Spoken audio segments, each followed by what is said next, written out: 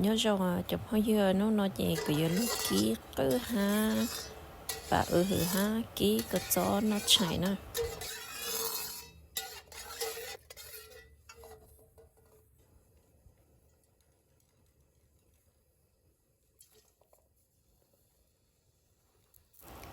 cho nó chê cho họ chóp hở nữa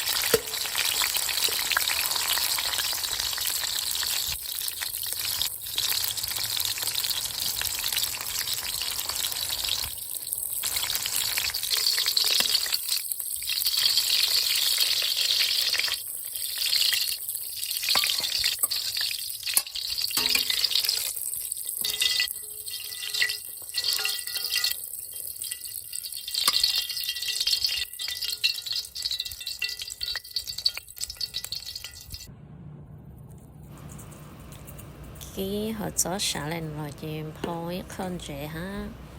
phơi con bên nó cho thì cứ giống cái ha cái bà hư là ha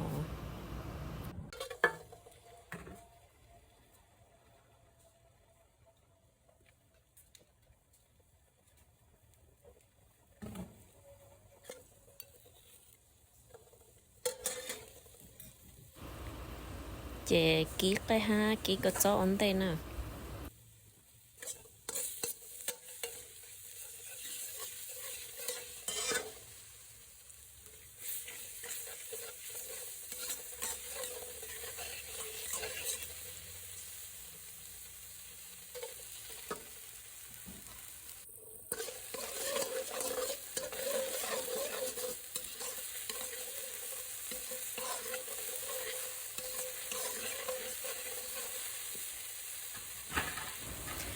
thầu cho cái ha cho cái chó chỉ cho cá là chỉ nhưng mà cho chọn ra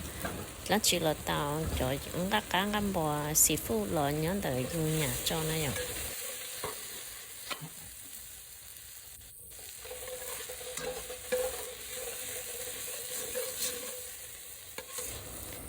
cũng lấy chè nó của xì bà ở hương ha của xì cái đó cho họ của sản nó ở nhà nó cho ở nhà nó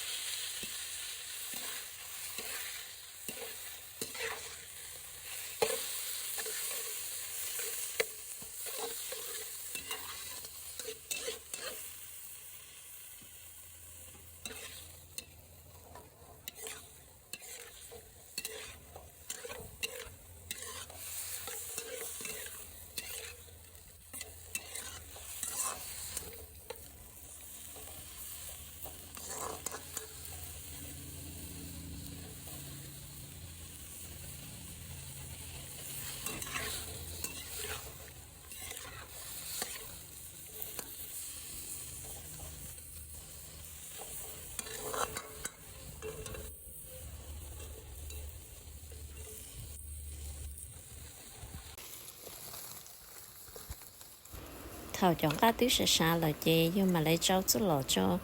cho rót thứ lo ha yêu nhà nó chỉ lo trâu chứ lọ nó chuyện gì lo gì ok ha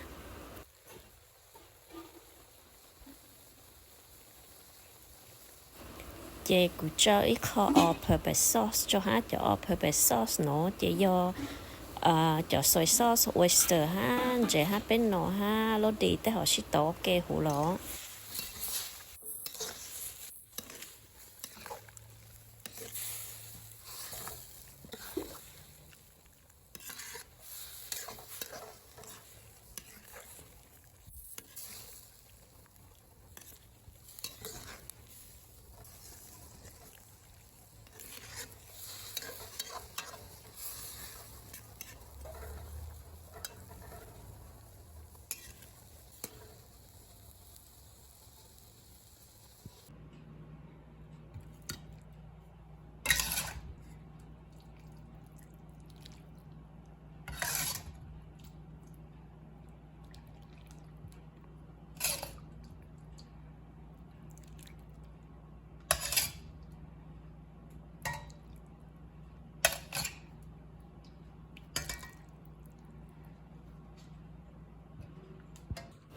ô ta lên nó là chị ready nó là xin nó ấy ô cho mấy sự là lúc sáng là video nó bên mà lấy xin chỉ là lượt lại